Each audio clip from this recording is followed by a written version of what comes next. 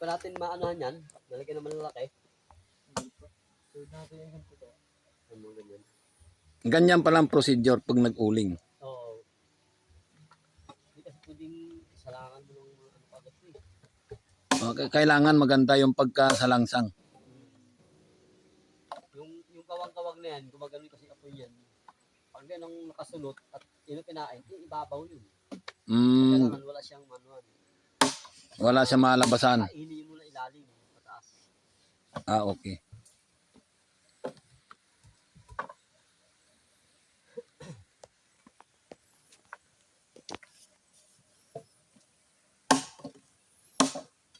Dati, naglas ko dati rin. Nasalansan, nagiinom. Hanggang sa matapos yung 2 litro, tabon naman yun. Siyempre may, iba naman yung may ano kasi, bisita kasi naman sa wala. Nalalas ako dati. Tapos sigarilyo, yung dati. Ito, laki nito. Pag wala kasi paliksik yan na matibay. Na ano, Yan ang estimate mo pag naluto yan, mga ilang sako. basta wag lang masira to. Kulang 30 to. Ito. Sa 25, parang ganyan. Ilagay mo na lang malinis, no? Sa 20, kasi may Malinis. naabobo yan eh. Parang ganun. Kasi hindi naman tayo nagluluto, apoy eh. Sa estimate lang ba?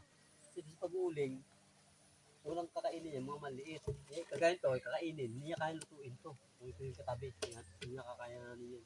Ilaw yan. Ah, Abo, ito, hindi maluluto.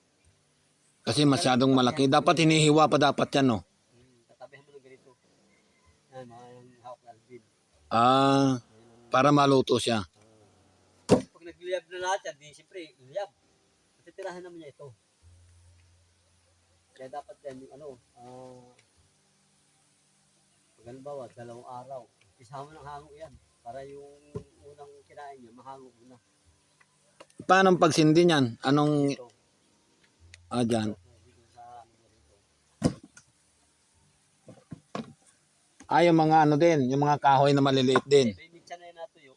Tapos gatungan mo ng mga kawayan, kung ano mo ito yung kahoy yan. Ah, Para lumiyap siya.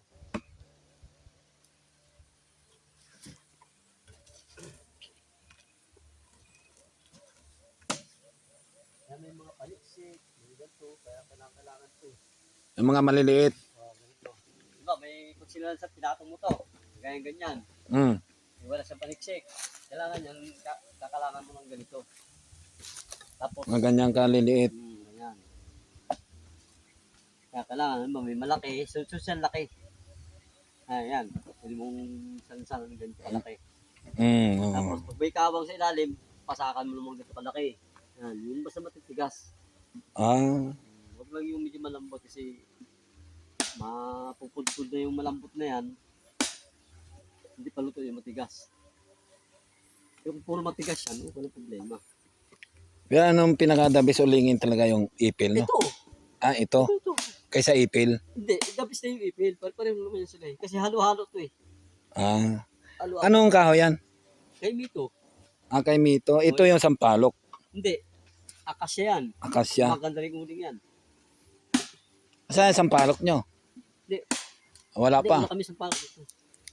Ah, Yan, yung ano, yung kay Mito, avocado, akasya, ipil. Ayan, yung ipil oh. Ito. Nandiyan yung iba ito, ipil. ano. Yan yung mga panluto sa mga kinakawang-kawang.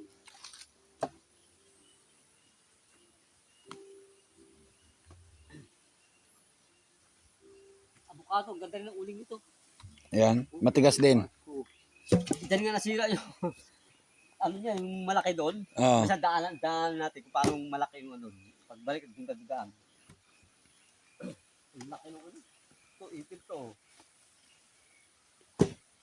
Sabi ko kung hindi namin tutukan to na ano, wala, hindi tayo maano to. Pabayaan, balik ka lang ng balik.